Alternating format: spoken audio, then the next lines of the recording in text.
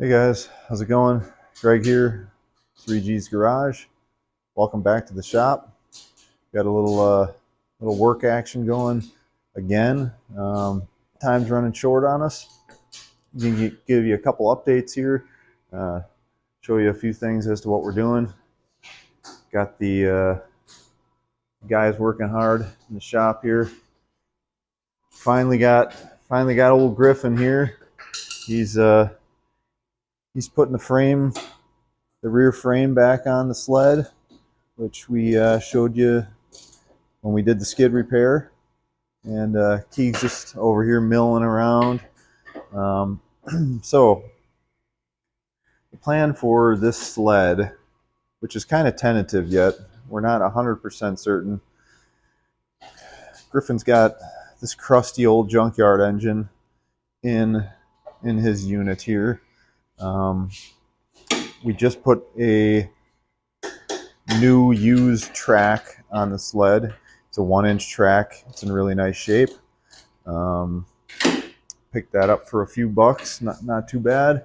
I think it was a takeoff of a Skidoo or something like that. But so the plan is to get this engine out of here. It was straight out of the junkyard, basically, and when we fired it up, it smelled like piss. So I'm not even kidding about that. It literally smelled like mouse piss for like the first 30 seconds that we ran it. So I've been working on kind of slowly piecing together a replacement for that sled. Got a set of power reeds here to put on yet. Our ignition needs to go on. I need to get it timed properly. And then our motor mounts and our shroud ductwork needs to go on.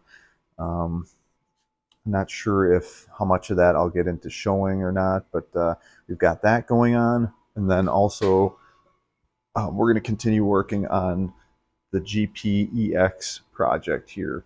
We got to get the seat mounted, and we also have our handlebars that we need to mount. So this is the stock bar mount. It would go mount inside of there, and then your handlebars would rise off of that.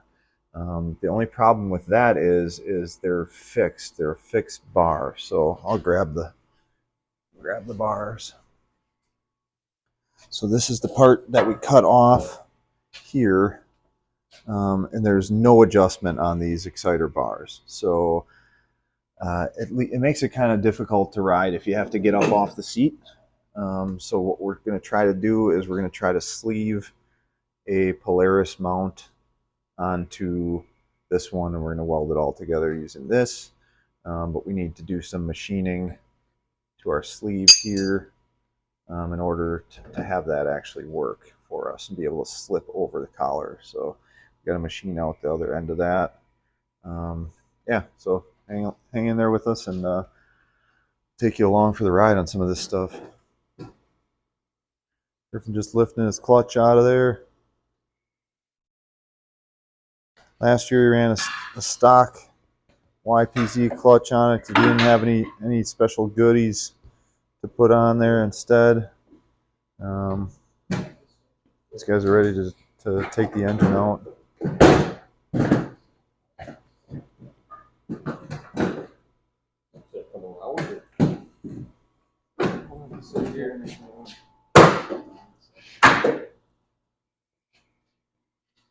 We got Rosie in the shop too today. Rosie. Hey,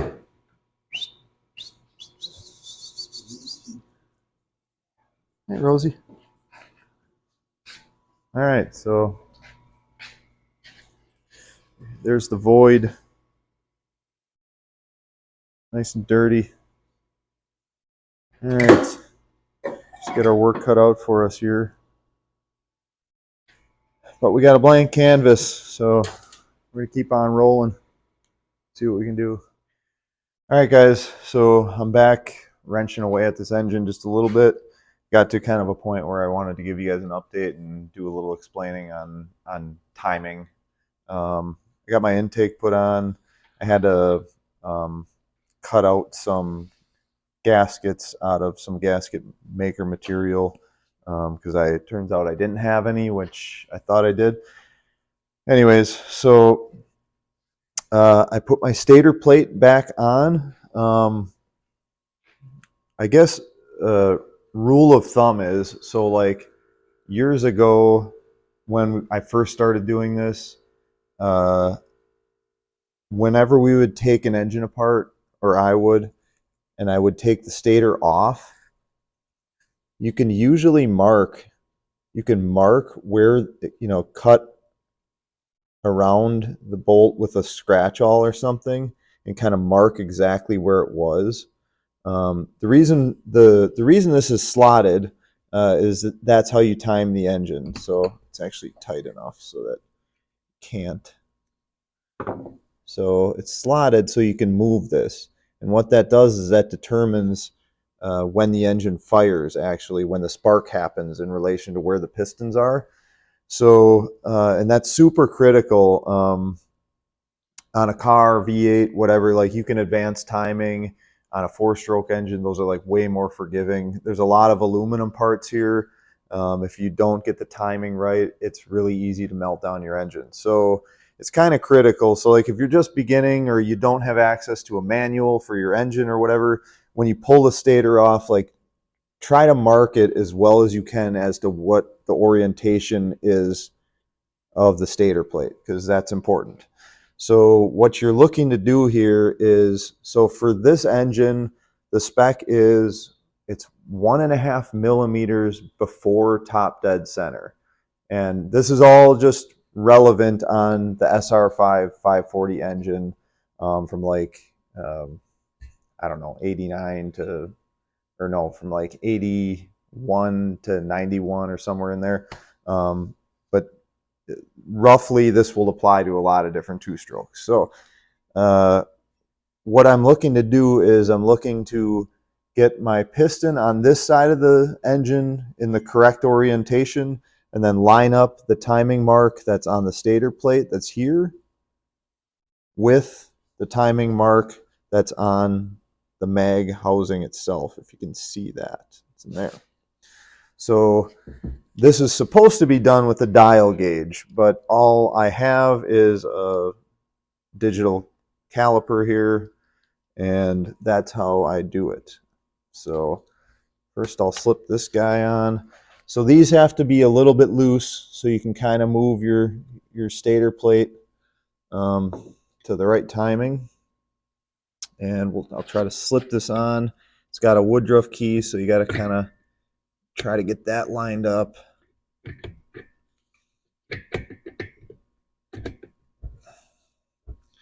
Sometimes it's easier said than done.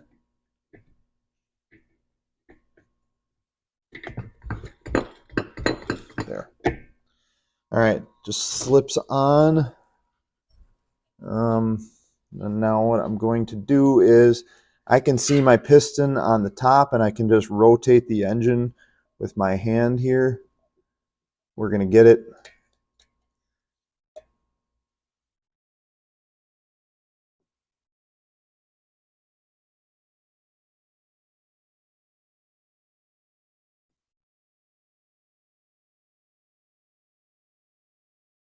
just feeling where that piston is exactly at the top.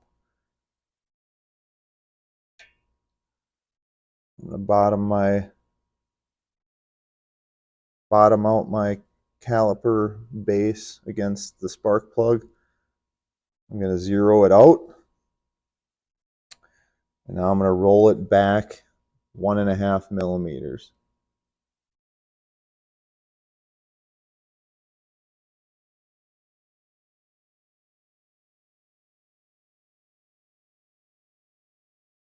And that's plus or minus 1/10 for the spec. So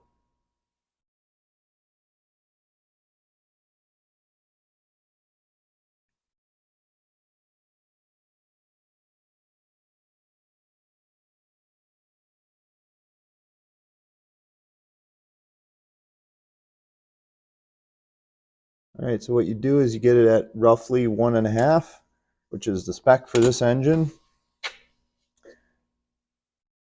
Actually, it's like right on the money right now. It's pretty damn close.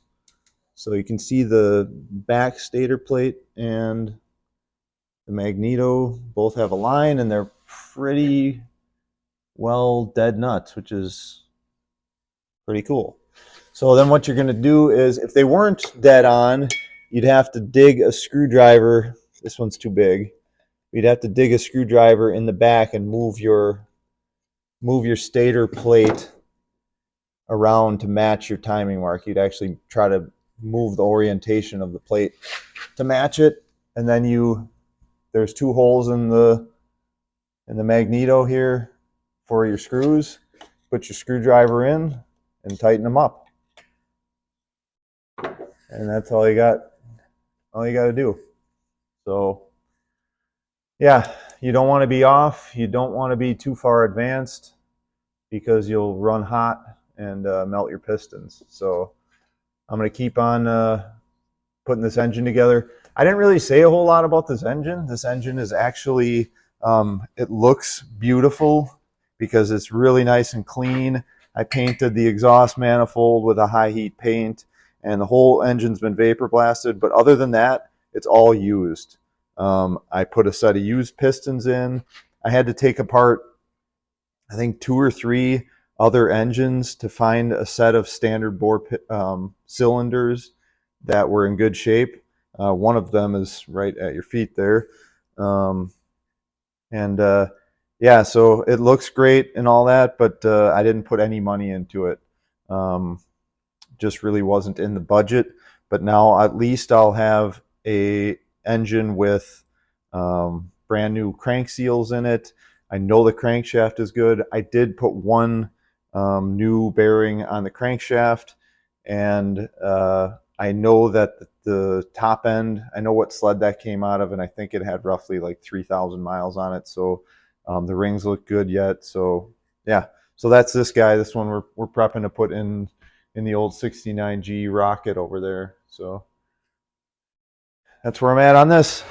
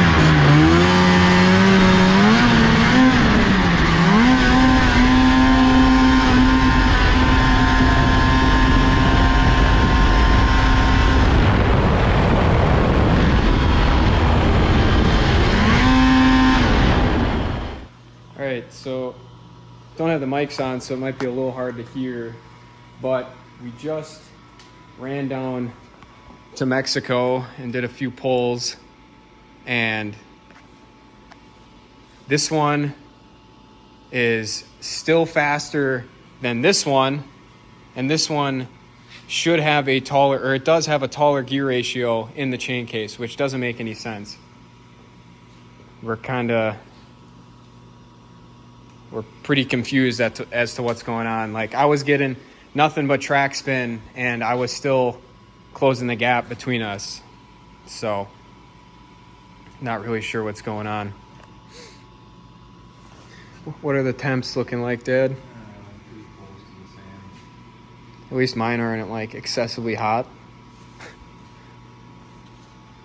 I'm really disappointed. And like, I don't think that the carb that's in, like, the carb is the only variable that has changed on this one, and it seems like it goes twice as fast as this one.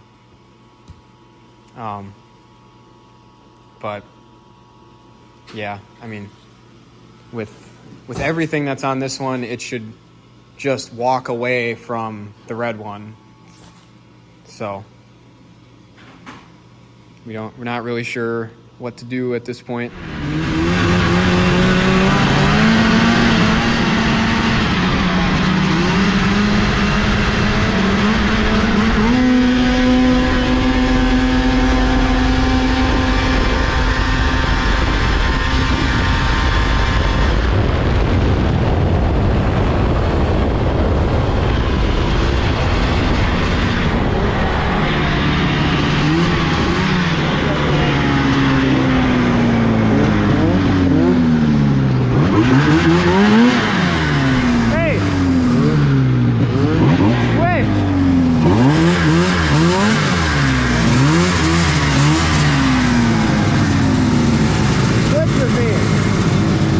It doesn't spin as bad, but I can't tell how much more it's pulling, you know? I feel like it's a little bit at least. Sure. Put this in your pocket.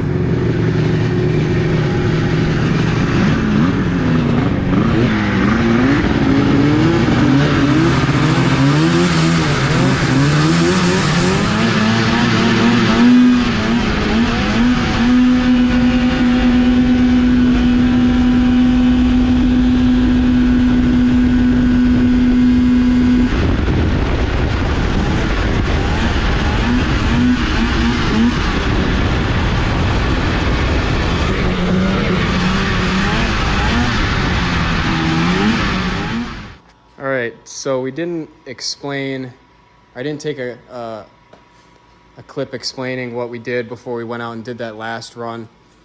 So I mentioned that my dad's sled had, I believe it's a 19 and a 29 for gears in it, which is like pretty tall. So I put the same ones in mine before we went and did that last run, and just with speedometer app on the phone, it said 67 or 68 miles an hour, which still is not like full potential for these, but I don't know. Like, it's still a big mystery on what's going on with that one. It'll maybe do 60 miles an hour, which is obviously not right. I think from the factory, the SRV 540 was supposed to go supposedly like 90 miles an hour, 85. So we don't really know what is limiting us, but I guess this one, the 80, should be ready to go for Retro Snowcross here at the end of the month. And then when we go to Junker Sled, I'll probably put the quicker gears back in it. You have anything to add besides utter disappointment? No, I'm just going to try to figure out what I got going on here. Nothing like showing up to a race knowing that you're way behind somebody else already, and it's only one person you're going with. So yeah, we'll get it figured out. Okay, so we brought a third contender into the mix, a known rocket. The old man just couldn't, I don't know, he just had to get out and rip this thing again, because we knew that this one was fast, right? It was fast until it blew up like last year, and then he put a rebuilt engine in it. And making it into a cross racer. yeah, so it's studded, but it's basically just a stock 540 factory carb. It's got a DG pipe, and it's got YPZ and a pretty worn out, or a secondary that's got some issues. The belt sits down there about, I don't know, it's too low. And how fast did you go? I hit 74. 74 miles an hour. And, you know, my 80 did 67, and the black one was maybe doing 60. So there's some variable in here that we're just not understanding, I guess. But, yeah, maybe he'll bring this DRX now. Yeah, no, I don't know what to do with it. So we'll keep you guys posted on it, though, for sure. Yeah. Gotta go. All right, guys. So that'll do it for this one. We kind of bounced around a lot here, kind of ran the gamut. We had Griffin here last weekend, and hopefully he'll be here maybe tomorrow or whatever. Really got our work cut out for us on his sled. Lots of work to do there. Showed you, we pulled the engine, and then I timed the engine for him. We also continued some work on yours, and you did some stuff at work there. Yep. Showed the machining process and that. That's all got to get welded up yet. So maybe in the next video you'll see the that steering shaft conversion or whatever all finished up, welded together. Yeah, and then we gotta figure out his braking system on that one yet. That should be pretty simple. But yeah, I might have to flare some hard lines for the brakes and whatever, get that figured out. And then we took these out for a rip. I'm super disappointed with this one. I don't know where to go with it. I'm totally scratching my head. Last year when we were at the Ditch Banger, we had these running side by side, and he had 2 or 3 miles an hour on me. Just as a testing thing, I put the taller gears in here, or I don't know it's a lower gear ratio, so it would be a faster on the top end. I put those in here, and he still walked me by a fair margin, like too big of a gap. I don't really know where to go with it. You know, we're getting mixed readouts on our RPMs. I've got the crappy Amazon tachometer digital deal, and he's got his Polaris. I would trust that one more than this. So, but yeah. So if anybody has any ideas, you know, I've covered just about everything already, and I'm gonna go over all of it again. So you know, any input might help there. So if you've been down that road before, you know, throw them out there. I'd appreciate it. But for now, all the work is done. So what do we got? What'd you give us? Well, Leinenkugel's original. Leinie's original. Okay. Some premium stuff. Crack them. More bottles today.